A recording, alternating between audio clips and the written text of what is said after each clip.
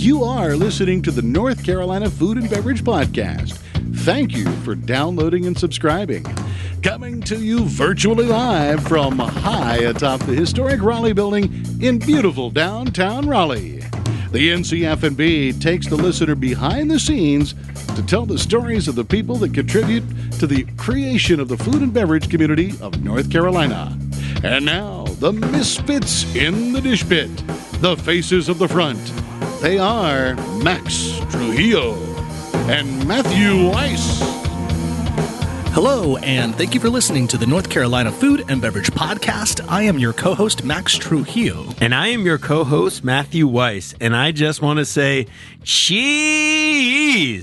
Finally, the day has arrived. I have been talking to Max for this, 4 years, and saying, we need a cheese episode. We have to talk about cheese. We both love cheese. And I went to everybody in the Triangle local area and said, hey, who should we talk to about cheese? Who should we get? And pretty much everybody, our buddy Blake Gottlieb, the good folks out at, Ben Barker and his son out at Pizzeria Mercado, they're like, well, we love Boxcarr. So we tracked them down. And they are here today, the great brother and sister team of Boxcarr Handmade Cheese. We have Austin and Samantha Genke. Welcome. Hi, thanks for having us. Yes, thank you so much for having us. You know, Matt, it's the early bird that may get the worm, but the second mouse gets the cheese. Ooh. Is that new or is that like an actual thing? I've never heard that before. Yeah. Have you guys ever heard that before? No. Not new one for me.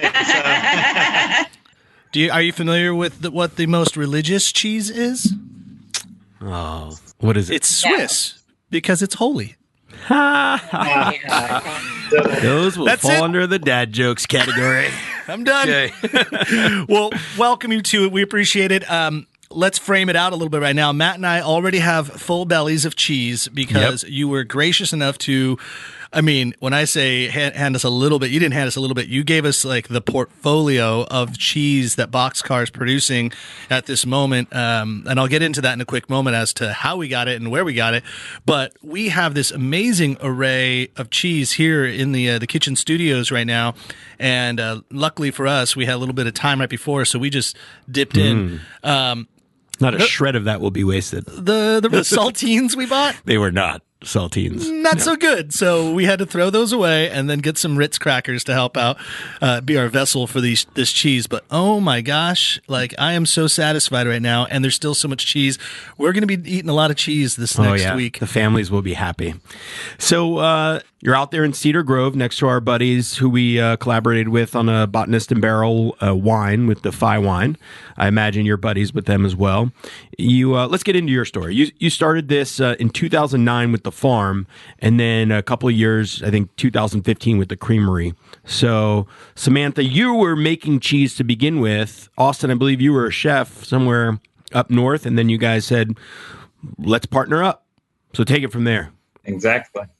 Yeah, we grew up together. We're really weirdly close. And so it was hard the time that we were, living in different places in the country. So the plan was, okay, how do we make it so we could get back together and live in the same place and work on the same projects again? Because growing up, we worked in a lot of the same restaurants and we really missed that. So Austin and his wife moved here in 2009. They found a cute little farm in Cedar Grove, and we tried doing a bunch of different things: farming, vegetables, food truck, catering. Yeah, and then I think Austin finally was like, "This is crazy. We need to write a business plan and have some sort of brick and mortar something." And so we thought we would, I made cheese during the day as my day job, but we were thinking, maybe we would do a restaurant since that was and him and I were doing as our night jobs for forever. And so I think Austin wrote a business plan for that, but then he kind of was like, well, what if I write one for a cheese place? I was like, all right, if you can get a loan, write one for a cheese place. And so I think he wrote both business plans at the same time, and we ended up getting a good amount of funding for the cheese thing, not all of it, but a good amount of it to go forward with it. And we decided to stop doing all the other stuff. Like we still worked our night jobs and I think, just our night jobs, but the farming, the catering, we really kind of pared down on that. And then we started making cheese here. Yeah. And what was the thought initially? Because you had sort of an idea. It wasn't just like, oh, let's make cheese, because you know, cheese gets so complicated and segmented that you have to have even like more specific ideas. So how did you kind of round out your portfolio and decide which cheese you would make? I think we knew we had to be different, obviously, one locally, but also two throughout the country. And then I think it was also just working in restaurants, kind of knowing how we wanted the cheese to present, flavor profiles, our roots, and just kind of our philosophy with food, just, you know, very simple, which came down to like Italian style cooking. And we knew that that would be a big part of what we wanted to put into the cheese. Also with, you know, developing our own local spin on things, and of course all the Italian wonderful cheeses and recipes Samantha has developed too. So yeah, I think we felt like when we looked at the market, there was a lot of French cheese represented. Our family's Italian American, but we're Italian, and we worked in a lot of high-end Italian restaurants, so a lot of the food that we knew and were comfortable with were along those lines. And we're like, there was one woman making raviolas, but just on such a small scale, I think in the Midwest somewhere. Yeah, it's very hard to get. Very exclusive. And then the Italian raviolas were very much, you know, overripe by the time you got them, often raw milk, but soft cheeses. So by the time they were legal to be shipped to the US, they were very ripe. And I think distribution has improved somewhat. Mm-hmm. You know, you'll see more raviolas here and there, but often they're quite ripe when you do get your hands on them, and they're quite expensive. And so we really wanted to fill that void in the cheese market. And then I have a lot of experience making soft cheeses more in a French style or an American style, but it was easy to kind of transfer that over to like what we wanted to do with Italian cheeses. And we make mostly soft ripened cheeses. We're working on some harder ones that age out. We have some semi-soft cheeses, but mainly it's that just the cheese I've been making for many years at other places, you know, that kind of soft cheese, that sort of recipe, but then adapted to, you know, an Italian style with Italian cultures and different flavor profile. But yeah, that's, I was going to ask. So where had you been making cheese prior to you deciding that you were going to make cheese professionally on your own? I worked at Chapel Hill Creamery for a really long time, maybe like 9 years. And then I worked at Goat Lady for quite a while, just 2 seasons in the cheese room, but also outside. And when I first moved here, I moved here for an internship at Goat Lady Dairy, doing the animals outside. And then I caught I need to have a bunch of goat bug.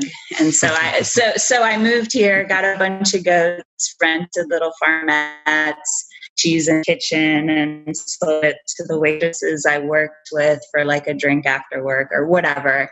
So I did that for many years while still like my 9 to 5 or 7 to 3 was making cheese somewhere else, and then would wait the tables at night. Making cheese during the day. It was crazy. Waitressing at night. Yeah. And somehow raising goats at the same time. Yeah. It was stupid. And driving from Go Lady Dairy in Climax, North Carolina to Durham at Piedmont when it first opened. Yeah. And then back at night afterwards. So it was an hour drive. And so to kind of go back a little bit, there was a lot of build up to the creamery. Like Samantha is a professional cheesemaker. And when we did come out here, it was a dream of ours to be able to do something. And it was always kind of one of those things. And to be able to like, obviously partner with your sister is amazing, and to use her talents. Not for everybody, but yeah, for us it works. Yeah. Well, you get through the first couple of years, and then it could be an amazing. Yeah, I wouldn't do the first year again. No, never. But yeah, we were thinking like either a restaurant or.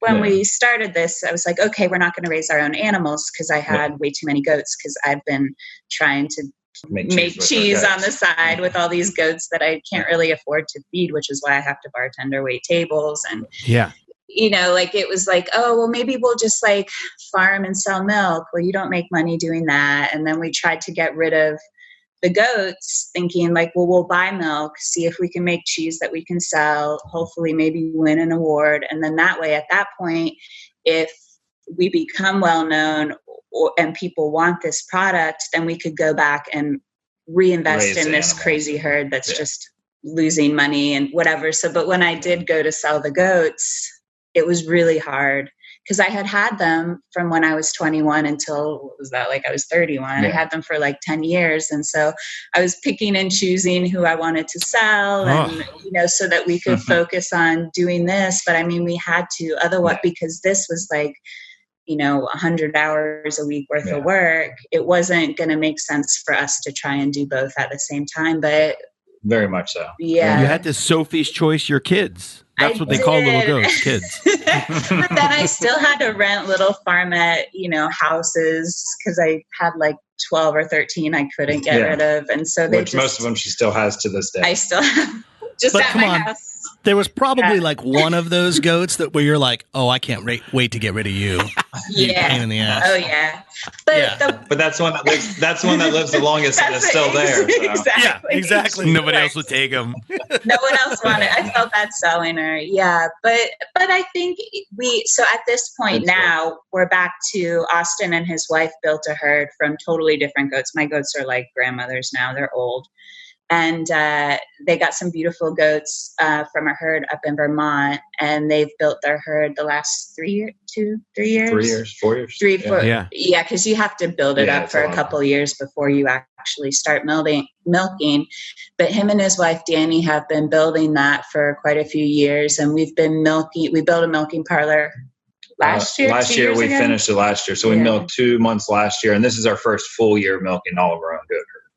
So you have 90 goats pivoted now and planning on keeping and growing that herd. Is that right? Yeah, we're milking about 56 next year, about 70. And then we want to get to around 100, 150 and kind of long-term cap it at 150 for sure. But I don't know if I've mentioned that to everybody, but I think 150 is kind of what 150 goats. Do you have to name them all? They are all named, yes. Yeah. And I bet our kids actually probably tell you the names of them all. Who's who? So, yeah. And some of them have 3 names. So that's the crazy thing about the whole cheese making process is it's like, oh, doesn't it sound romantic to like make cheese and do all that? Meanwhile, like there is a huge part of the job that is just raising these goats. And you obviously make cow's milk and goat's milk, but you don't raise cows primarily. That's the one you did take a stance on that one. You're like, no, we're just going to buy the cow's milk. Yeah. Which I can understand. That's a whole other thing. At this farm. Yeah, at this very moment. But it took us a while, but we found a really awesome younger farmer that we really jive with, like personally and politically, and like he's cool and he's really far away. He's in Charlotte. Yeah. So Austin does drive to pick up his milk. His milk's beautiful. He milks jerseys. His wife is a cow scientist. Yeah, and she works up the street at one of the dairy research things that's funded by state. They're super pro and great. So it took us a while to find like one farm of cow's milk that worked for us. But his they're all milk jerseys. He's been raising them for a really long time. And since he was like 6 years old, he's been showing these Jersey cows. And so we've been using prior to this 2 or 3 different farms. Great quality milk, but still just a lot of fluctuation, inconsistencies, which, just for a business, you do need to have somewhat consistency in a product that is so inconsistent seasonally anyways. So, Yeah, so it feels really good just to be milking our own animals and having one farm that we source the cow's milk from.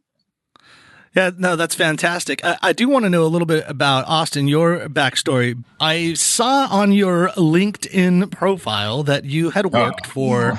I guess I did. It did say that back in your history that you worked for the Battalion Bastianich Hospitality Group at the MGM Casino in Las Vegas, which that sounds very fancy. Obviously, Battalion Bastianich are best known for like Italy and Pizzeria Mozza in Los Angeles, where I've frequented a few times. Some of the best pizza you can find on the West Coast at all. obviously that had you in the kitchens cooking, learning from some of the more prolific, fantastic, well-known chefs. How does that play into this whole role? Like, speak to us a little bit about your culinary history. Definitely. So I was working 2 jobs actually out there. One was at the MGM Grand, and then the other one was at the Venetian, which was for Mario Batali and Joe Bastianich, which was a great experience. And so, of course, that's really where I got to understand the simplicity of food and how ingredients became a huge part in it. And, of course, cheese plates. That's really where I saw all these square cheeses, these raviolas, where I was like, okay, this is something different. So I thought that was really exciting. But, it definitely it allowed us to a point to where we knew that we wanted to move to North Carolina and to start farming and doing something completely different as well. So, I'm sorry, I have to run. I'm sorry. His story is interesting. He definitely worked too many hours and super hard, and everyone he worked with loved him. I'll add Samantha, that. Can I ask you 2 more questions before you have to run? Because I know you have to go do something with the rennet, which I want. That's one of the questions I want you to explain. Rennet to the vat of milk. Yeah. Explain that, and then I think this question is directed. It's like a time-sensitive thing. Okay, so maybe answer this if you can. Taleggio. Is there going to be a Taleggio-style cheese coming, or is there? We do. We make a lissum, which is a beer. We add beer to the milk when we add the culture. It's a modified Taleggio recipe. All of our recipes are really modified from the original. So the curd, we're a little bit tougher on the curd.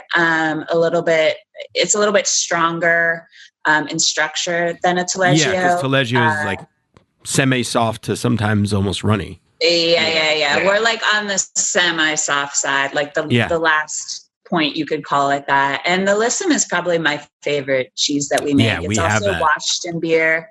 It's funky, but the texture is just so awesome. It's somewhere between a not real cheese, like a cheese product, and a Taleggio. It's just that kind of weird texture right in between that I love, and it's pretty addicting.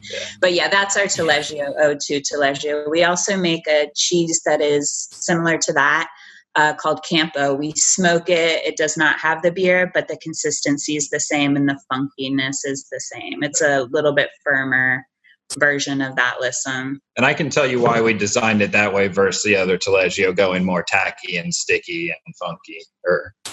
Yeah, I think people like it on the mild side. I'm tasting it right now. Well, I definitely see the relationship. Yeah, that makes sense to Taleggio. So you're going to do what with the rennet? I know none of these words. I don't know what any of this means. So I know you got to go do it. So just tell us real quick. I got to go do it, but I'll give you a really quick. You have a vat of milk. It's really sweet. The pH is really high. You have to add culture so that your cheese starts to acidify. Once it gets to a certain point, which the cheesemaker decides, you add rennet, which makes it coagulate, look like Jello. And then it sets for a certain amount of time. Each recipe is different, and the cheesemaker kind of decides when to cut it. But the longer it sits in that set time, the firmer the curd is. So you cut it when you want it, just depending on the cheese that you're making.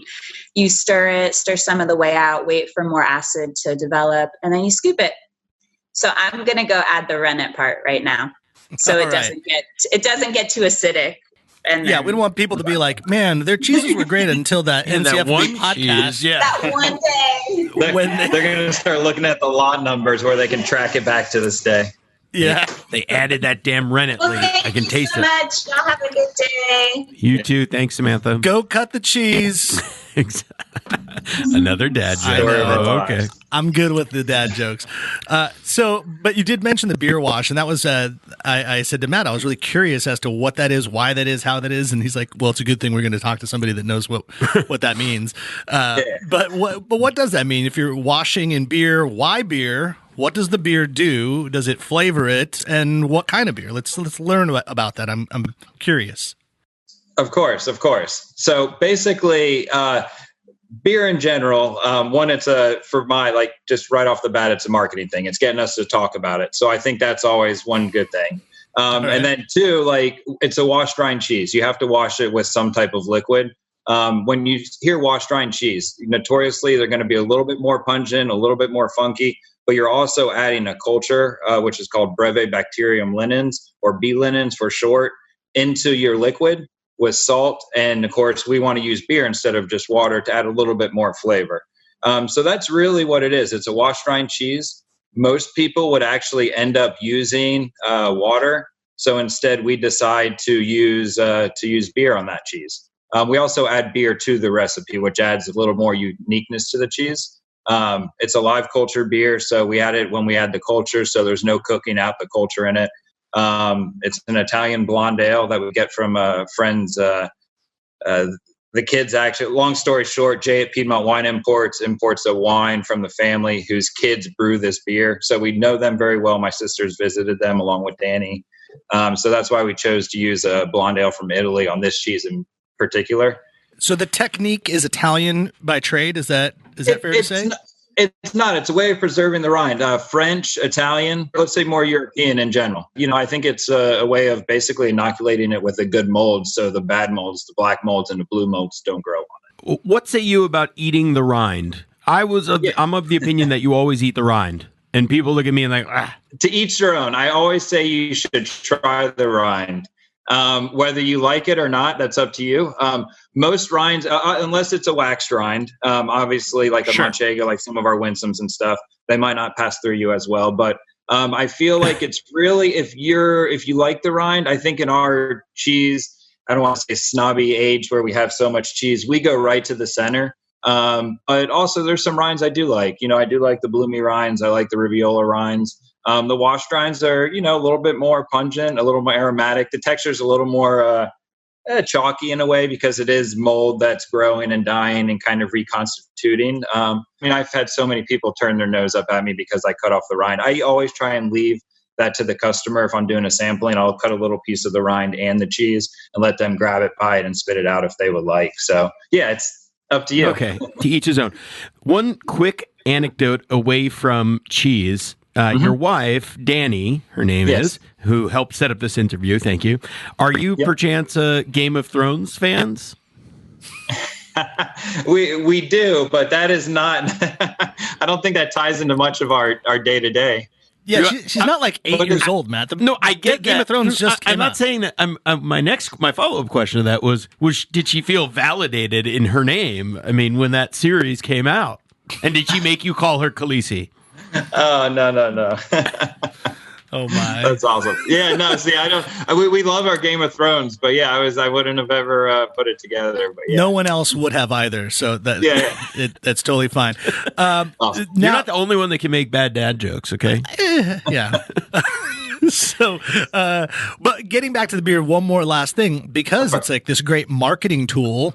It begs the question: why wouldn't you use a North Carolina local brewery? Because there's so many great breweries out here. You thought we were just throwing softball questions out. Yeah, what's up? Well, we're not good enough for your cheese? Is that what you're trying to tell us? So we're actually in a great transition period. One, I'll talk about that in a second. But so what happened was the Lissum came about at a time where a lot of our friends' breweries, Mystery Brewing at that time and some other ones were doing a lot of seasonal beers. We knew we needed something consistent because it was a cheese when we were starting out. We wanted to market it. Jay at Piedmont Wine Imports, a good friend of ours and the business, and of course my sister and Danny going out there to Italy and stuff and knowing this family and this connection. That's why we really chose to use that beer. But we do have the Nimble where we always use a local beer. So that's kind of our Nimble is our mixed milk cheese. It's the cow and goat. It's our aged cheese. Actually, for the last couple of years, we've been using Steel Strings, just a variety of their beers. But with the Lissum, we're actually not going to be able to get this beer for a couple of years.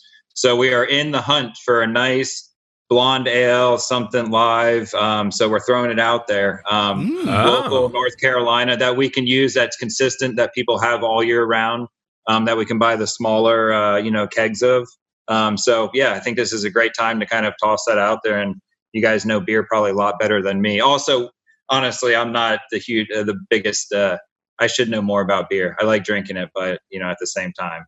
Well, need a little your help, brain is so. reserved for cheese, and I'm sure there's so much I information guess so. about cheese in there. You don't need to know about the beer. Well, that's a great thing. Let's put that out there. So for those of you beer makers Yeah. out there, breweries, submit to Boxcarr and get your beer on a cheese rind. And if you give your beer to Boxcarr, then you'll also give us a free keg of beer too, because we mentioned it here on the podcast. That's correct. We're always That's how- looking out for Yeah. us first. Exactly. So okay, but you're washing it here. By the way, this is a little off subject, but I do like to give love to the local businesses, especially those that are doing things that they're doing right now. And it reminded me. Matt and I, we had a few cocktails and some burritos at a local place. Socially distanced, of course. Socially distant and outdoors. But we went to Gallo Pelon last weekend on Friday night. They just opened the Garden of Mayajuel, which is their patio on the second floor just above Centro in downtown Raleigh. And they did these great, like, socially distant. I mean, they built it. I believe John Cooper is a local GC in the area. He built it all, put it together, but it's almost like reminiscent of like a traditional Japanese like sushi dining room, like where everyone's in like their own little compartments in a way, and like separated with like, you know, paper and all. So we ended up going out there. We had a really good time. I brought that up because not only were we having a good time, but as the cocktails were flowing, Matt told me, "Do you know why people like red blends so much?" Talking about wine. And I'm like, I don't know. And he was about to tell me the answer, but instead he goes, put it in the calendar and save it for the podcast. So, Matt, I'm asking you right now, why do you think people like red blends so much? Well, this has absolutely nothing to do with cheese, so I think we'll have to cut this from this episode. But I'll tell you. No, I love hearing it. Well, I just had this epiphany as I was drinking a red blend. It was this new wine from Broadbent Selections. It's called their Douro Red, and it's like almost why we love to shop at places like Target or Costco, right? It just has everything, and it might not it might not be like the best or the most crafted, but it's just easy to think about. And in a red blend, I also think that people are intimidated by like, oh, I need to be drinking Pinot Noir, or I need to like Cabernet Sauvignon, but maybe you don't, and maybe you don't want to think about it. So it's the very simple little kind of best of everything, and it just all comes together, and it's a crowd pleaser. It's a crowd pleaser, and it's comforting in its non-descriptiveness. Yeah, I don't think that it's totally odd to talk about wine when we're talking about cheese. Oh, okay. Remember, there's the fair. old proverb that you buy on bread and sell on cheese. You ever heard that old term? Yeah. Meaning that if you're buying wine, you should just eat bread with your wine, because the bread will help expose the imperfections in the wine. And so if it doesn't taste bad with bread, then you know it's a pretty good wine. Conversely, if you're selling wine, you always put a delicious display of cheese, because all the fat content from the cheese will like act like spackle in the wine and cover up all the bad things. So to all those wine people out there, they must love Boxcarr cheese, because you put a little Boxcarr out there and put some shitty wine and all of a sudden it's great wine. Voila. Yeah. Does cheese get washed with wine? Is that also part of the technique, I would assume? So it definitely is. A lot of people will soak it in like a red wine to give it color, flavor. So I'll tell you a quick story, but we actually have a wine. I think we're out of it, but we use Botanist and Barrels. They did a table red wine last year. We had a batch of Winsome that actually we oversalted by about 24 hours. So I came in the next day, sitting in the brine of salt. Of course, at that point, it's going to be an extremely salty cheese. So we said, okay, well, we can't throw away $2,000-$3,000 worth of cheese. So what could we do? So we soaked it in wine. We called up them over at Botanist and Barrel. We got a case of their table wine they had. We soaked it in wine. We extracted the salt out of it, brought it back down to proper levels. And then we aged it, and we got this dehydrated grape musk and rubbed it on with olive oil on the rind. We just recently sold out of it. Otherwise, I would have definitely thrown one of those in with you.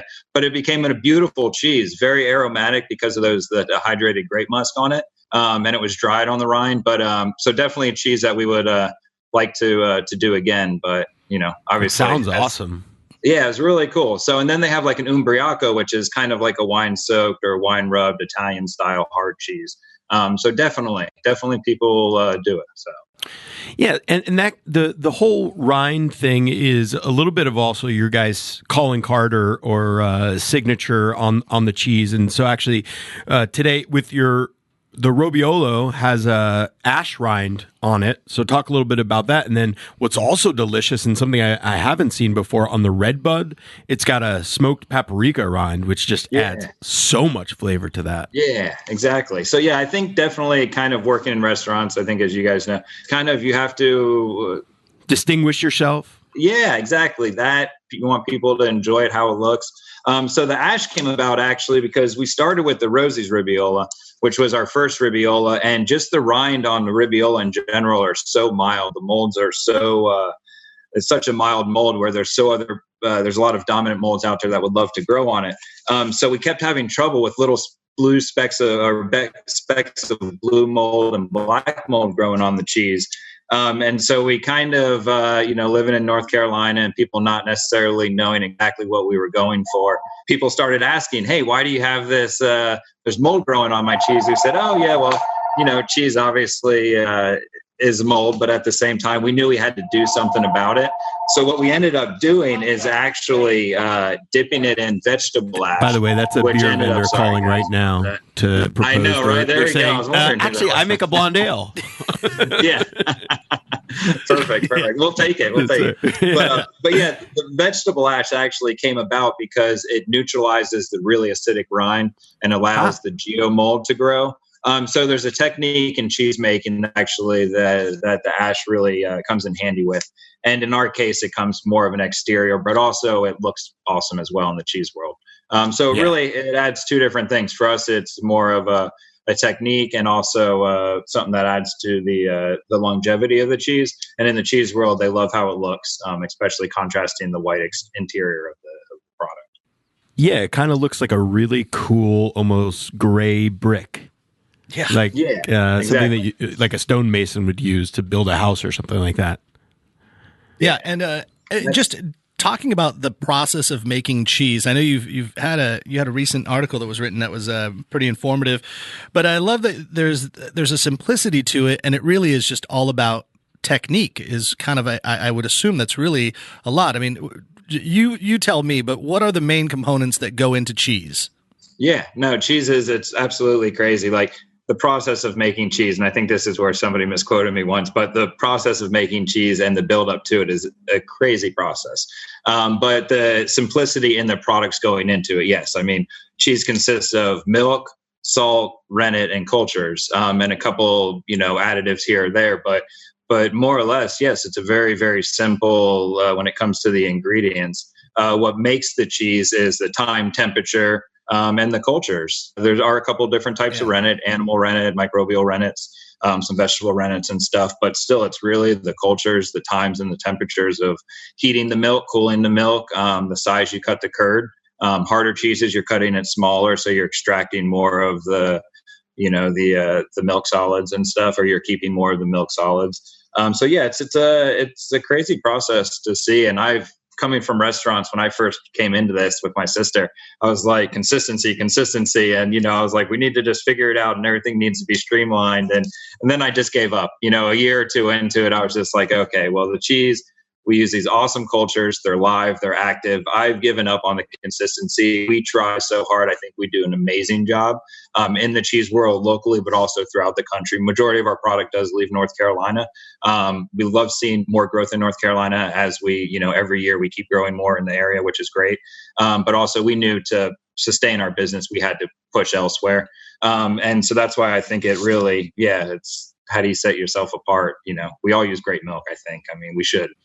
Well, I wonder if that's part of, if you're thinking of like certain cheese growing regions, if you're looking, in Italy, you've got the Parmesans and the Grana Padano, and it's like that hard, firm cheese. You look at Wisconsin, and they're known for their cheddar. Even California is known for their cheddar. England, they've got their Cotsworth and all, Stilton and all. That was another dumb joke. Is who's the most famous cheese celebrity? Paris Stilton. I know these are really bad. But does North Carolina are we defining a flavor? I've noticed like we do have a lot like Celebrity, Goat Lady. Chapel Hill, and yourselves are all using a lot of goat cheese. So is goat cheese like something that we kind of have our stamp on? We, a collective we of the state. I have nothing to do with it. But would you say that that's something that North Carolina kind of prides themselves on? Is goat cheese? I would say yes and no. I mean, I think it's definitely what you see a lot of, because I think it's one of those it's a smaller, easier, quicker. I don't know how to really explain that. It's an easier startup. I think in North Carolina, we're really setting ourselves in the American cheese world as like an artisan cheese producers. Because I'd say about 80% of our production is cow's milk. So it's kind of one of those things where I know the first 3 creameries in North Carolina were goat dairies. And I think that's definitely what a lot of people, see. We've had people at this Rockets Trujillo that I'm holding that you guys had. We've had one of the biggest cheese professionals in the country think it was a goat's milk cheese for 4 years, until somebody finally let her know that it wasn't a goat's milk cheese. So actually, to go back to your point, yes, I think people outside of North Carolina look at us as goat milk producers for sure. So yeah, I guess I kind of rounded that off into, you're probably pretty much right. So yeah, but that makes sense. That blew my mind, and nobody wanted to correct her either. But anyway, so yeah. Right. It's like the emperor's new clothes. You can't tell the emperor that he's not wearing anything. And from what you guys say, and the understanding is that the culture is what really defines the flavor. Mm-hmm. Is it a proprietary cultures that you have there? Are you purchasing the cultures from how does that work? And how do you decide what culture goes into what, batch? Definitely. So there's roughly about 3 dominant cultures that you'll see throughout cheese. Your Brevibacterium linens is that orange rind on the washed rind cheeses. Your penicillin, which is on your cottonseed, which is our bloomy rinds, like on a brie or a camembert. And then on our ribiolas, we have our geo or geotrichum ditum or geotrichum. And so those are the 3 dominant molds in the cheese world, along with a bunch of additives. Ours mainly come from one source in Italy that we've been working with since day one. We're one of few American artisans that import from this culture house in general. It's definitely flavor forward, and that's kind of why we've chose to work with them. And it's something that not too many people use. But cultures in general, a lot of people get them from American culture houses where the flavors are what they are. The recipes are a lot easier to follow. They're not as active. Really, the cultures are definitely, I think, what sets us apart in the American artisan cheese world. I think that kind of makes sense. I mean, culture, in a way, isn't that kind of like almost like another form of just saying like your yeasts? Is that like in a sense, right? I believe so. Is that? Yeah. Yeah, like yeasts going back to beer or going back to wine play a very essential part in the flavor profile of making your product, and so that would then beg the question. I mean, that's what's giving you its unique flavor. So that's exactly. Really cool. I do appreciate that you set out forth to be Italian in style, and then went so far as to connect yourself using Italian strains of cultures and all, and then even like the beer you said, and kind of keeping that tie. But then, of course, using American products, using American milks, and the whether they're goat or cow, and then sometimes both. You blend the goat and the cow together to create. I don't know. And what is that? What is that technique, or is that style? I mean, obviously, you're not the first one to do that, but what is that intention, and what are you trying to achieve by blending the 2 milks? Definitely. So I think back in in Italy, where we kind of took a lot of our recipes and the idea and philosophy behind the cheese, a lot of people had a goat, maybe 2 sheep, a couple of cows, and it was one of those things where they milked all the animals, they put it into one vat or one kettle, they would cook it, they would culture it and rennet it, and they would make cheese out of it. So you got a lot of European mixed milk cheeses, where in America you don't see it as much because of probably being a little more streamlined. And so we decided, obviously, going with Italian cultures, Italian influenced cheeses, and also, so I don't want to go off on a tangent, but really that's kind of why we wanted to do it, but also from a financial standpoint as well. Milking a goat costs a lot. Milking a cow is a little bit less. So it also allows us to hit the market throughout the country at a reasonably priced point where we can still compete. So that's also another reason of the mixed milk cheeses. Yeah, I think it's in flavor. I think it's a little bit of a calmer flavor in the mixed milk breeds versus an all goat's milk. But we have a little of everything now, so it's pretty cool. We've definitely evolved in our cheeses, going from all cow's milk to mixed milk cheeses to now we're doing mixed milk, cow's milk, and all goat's milk, which is something we pre-pandemic never told ourselves we would do. But hey, things have changed. So right, it's the world has been turned upside down. Crazy year, so a lot of inventory on goat's milk. Do you have sights on doing any types of sheep's milk?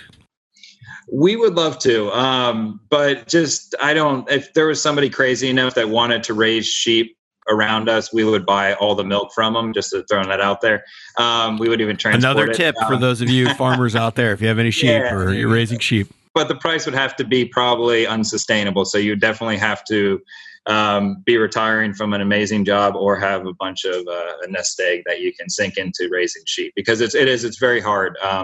Just the culture here in North Carolina is not the culture, but the soil. There's a lot of funguses in it. It's hot. It's humid. They get a lot of hoof rot and a lot of other problems. So financially, no, we would never raise sheep, but we would buy the milk. What if our good buddy Craig Rogers over there at the Border Springs Farm would ever do any dairy as opposed to just providing the meat? The meat, yeah. Why not? Get on it, Craig.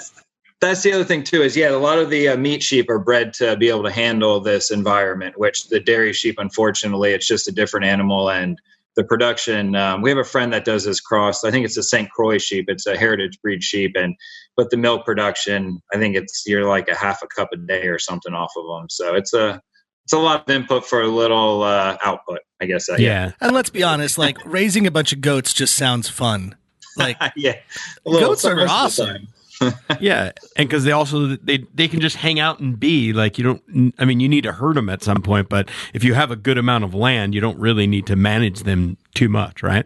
You'd be surprised. We give our goats lots of land, but yet they want to lay in the barn and eat, poop, and everything else right in one spot, So, but my wife would probably tell you a whole nother story. She really does Danny does all the marketing, the graphic design for our business, all the labels and everything, which is amazing. But she also maintains the goat herd, and of course worked for J. Piedmont Wine Imports for quite a while, up until we finally said, hey, I don't know if this is all working out. We really need your help more. Actually, we started milking our goats full time is really what came down to it. She manages the goats pretty much full time along with a couple of employees, and it's goats are crazy.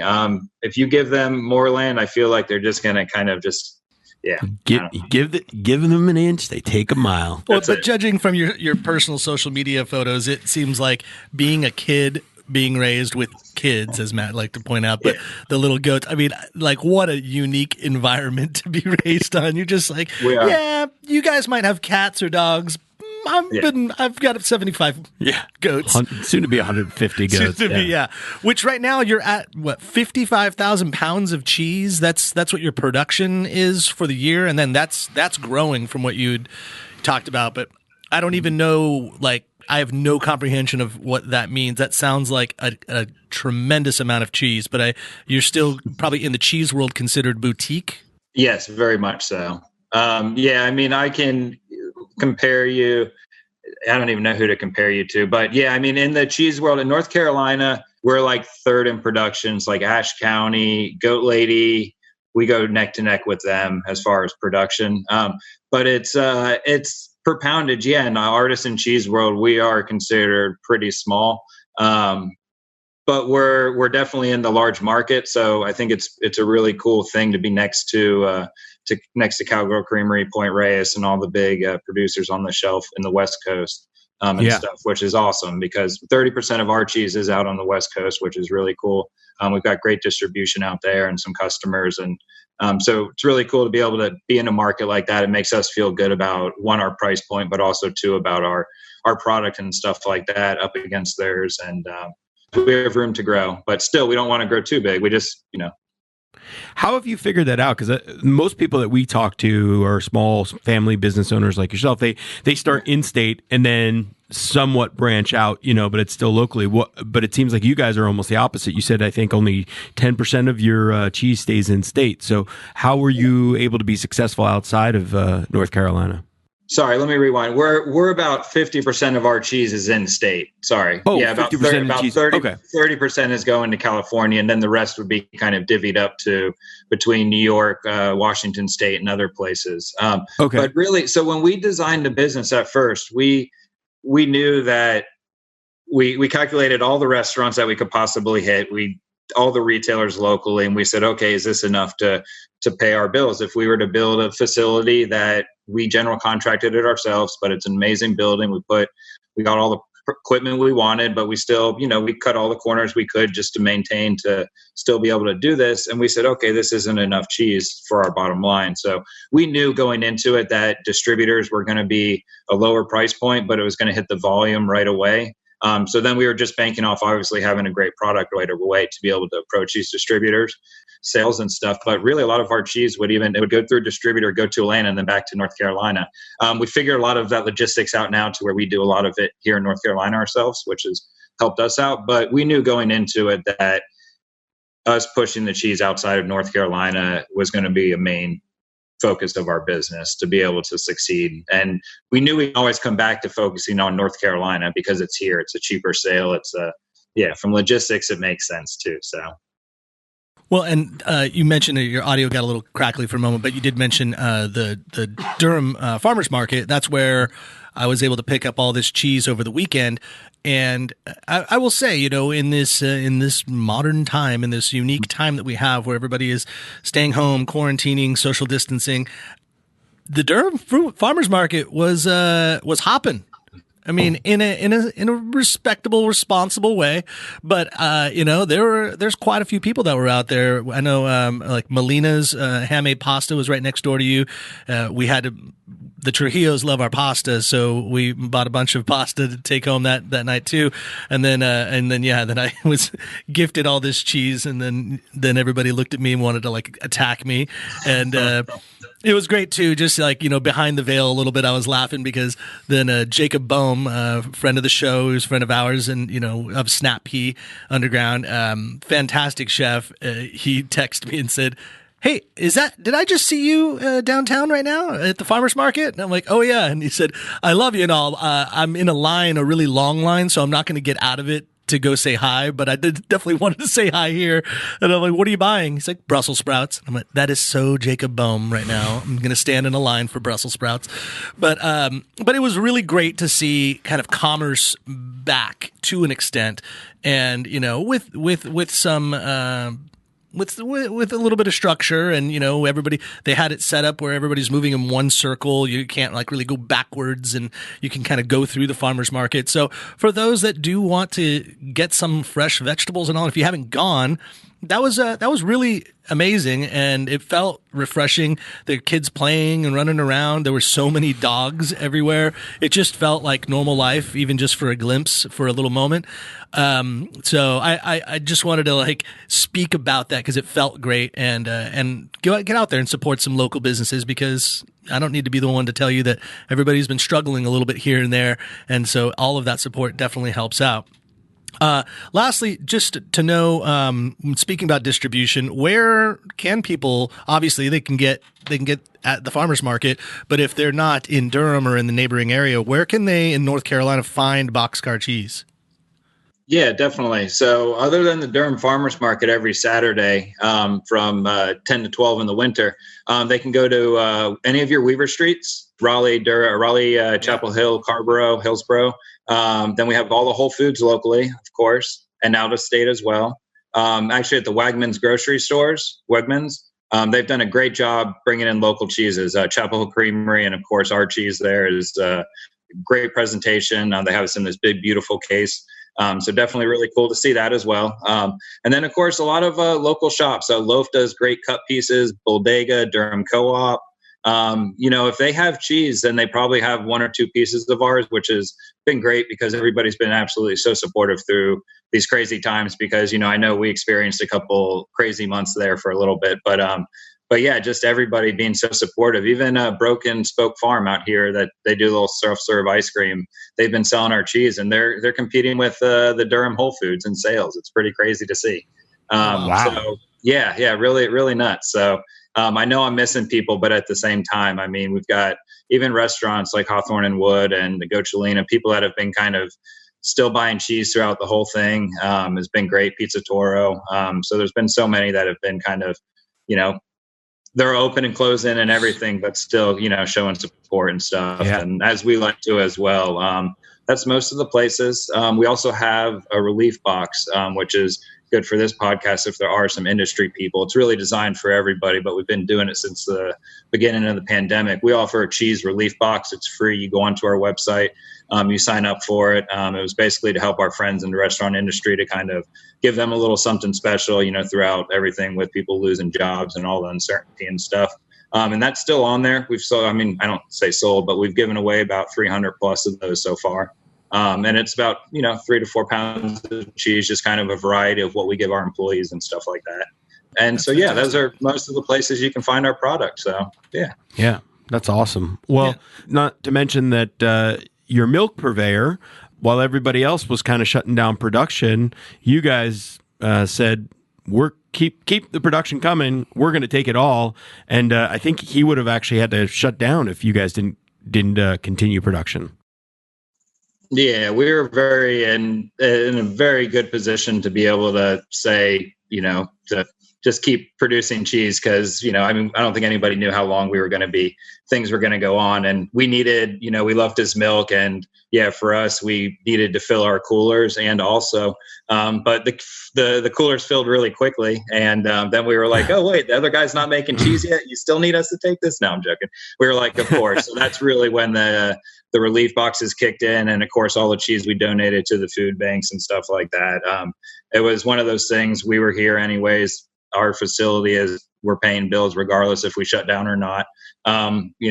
So we are also lucky enough, we did get a PPP loan, which was awesome, because we basically funneled that right, to our employees. We hired more employees to be able to do these wrap cheeses for the food banks and some other organizations and stuff like that. So for us, it was a good way to bridge those 2.5, 3 months of uncertainty.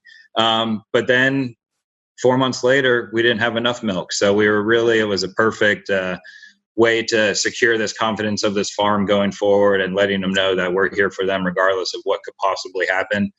So yeah, it's one of those things where it was from our bottom of our hearts. It's one of those things we would love to do, but a business that does not actually generate any income and has not in 5 years, it's hard just to say, yeah, we'll take your milk, let's donate cheese. But it's all worked out, and we'll have another break-even year, which is, it puts a huge smile on my face. So, most people won't be able to see it, but yeah, as our business, we're very happy about that. So, yeah.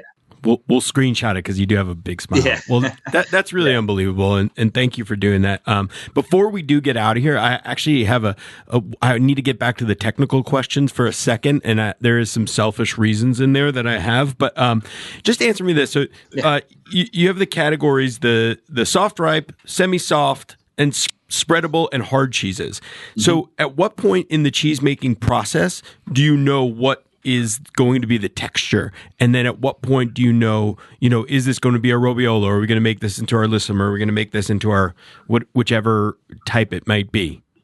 Definitely. So all of our cheeses, we use whole milk. So there's no variation there, but basically it really comes down to the temperature in which you're going to culture, and the culture that you add to the cheese. So some cheeses, like our semi-soft cheeses, and some of our what other ones? Actually, our semi-soft, like our Trujillos, are going to be a culture that does not acidify as quick. So they're actually a higher pH. So it's a different consistency. Where our Ribiolas and like a fresh chev or fresh goat cheese, we add a culture that's going to acidify a little bit quicker.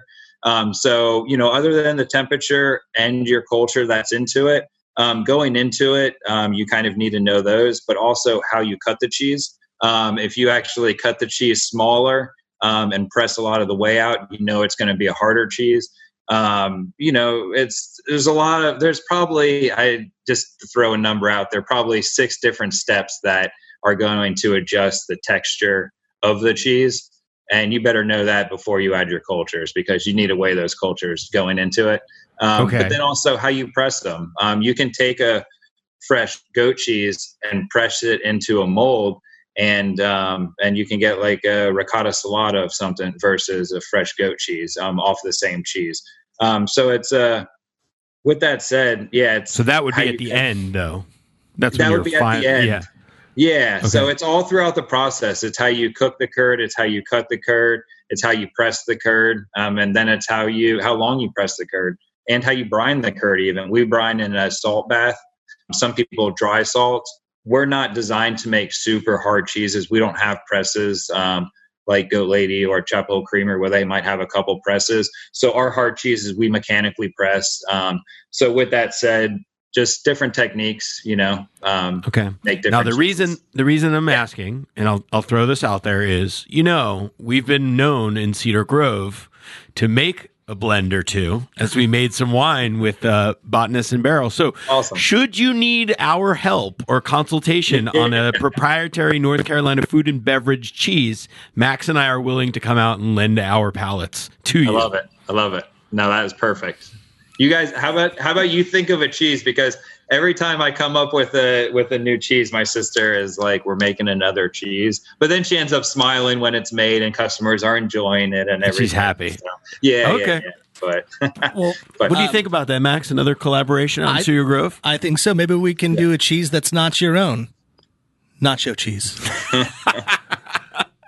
Before you get out of here, we're going to have to, when we do see you in person, maybe I'll come by the old Durham Farmers Market and hand you some of these gifts, because we have a couple of fantastic products that are sponsored in part by Boss Coffee, which is a Japanese product. It's flash brewed. It's available only on Amazon. It comes in 3 flavors, black, vanilla, and cafe au lait. And flash brew is uniquely a Japanese process where it is brewed hot, chilled fast for optimal flavor and texture. And it's ready to drink. It's canned coffee. It's the most popular canned coffee across Asia, Australia, and New Zealand, which are just right off the coast of North Carolina. It's very, very local stuff. But if you do want to get some coffee, you can go to Amazon, search Boss Coffee, and you can receive a 10% discount if you use the NCFB podcast promo code. Yeah. And one other thing, you were talking about places where you can buy Boxcarr cheese, and I'm wondering if you are in the Triangle Wine Company locations, because they sell some cheese as well. And if you're not, we'll make the connection. But there you go. Yeah. So coming soon to the Triangle Wine Company, which also has all your needs for great wine and beer and vermouth and all that kind of stuff. They are fantastic. They have 4 locations: Holly Springs, Waverly Place in Cary. They're out in Morrisville, and then even in Southern Pines. New place very soon to come in North Raleigh. Don't forget to use the NCFB promo code there also to get a nice discount. And while you're there, and while you're here at the studio, we just got our new ice cream delivery from Proof Alcohol Ice Cream. We have peppermint moonshine, we have pumpkin pie spice, as well as all the fantastic flavors like coconut rum and bourbon caramel. Oh my God, strawberry moonshine. We are lousy with ice cream right now at the kitchen, and it is filled with 7% alcohol in every pint container. So enjoy and think differently about your dessert. Go to proofalcoholicecream.com and let them know that we sent you when you go over there and get it. They're in those fantastic branded red freezers that you can find at Triangle Wine Co. or Triangle Wine Company, but you can also get them at a Lowe's or a Harris Teeter all across the state and even out there in South Carolina. So check them out. Please support them as well. Austin, we have had a fantastic time. Matt, did you get your cheese episode itch scratched? Yes. Yeah. I mean, that doesn't mean it's the last one. We have to have a full episode maybe with Alexander Cass, as we've talked about. But yes, for now, sufficiently scratched. Yeah, and we are going to go home and we're going to eat all of this cheese, yeah. which is amazing. I really appreciate the time that you and your sister spent. Your sister, maybe not as much time. She had to get that rennet on the cheese, but no, I kid. So I really appreciate you both coming out on the show. Matt, you got anything else before we leave? Yeah, thank you very much, Austin, and thank your sister for us and your wife, Danny, and everybody out there. You know where to get it now, so go out, get yourself some Boxcarr Handmade Cheese, and you will eat very merrily. Thank you so much for having us.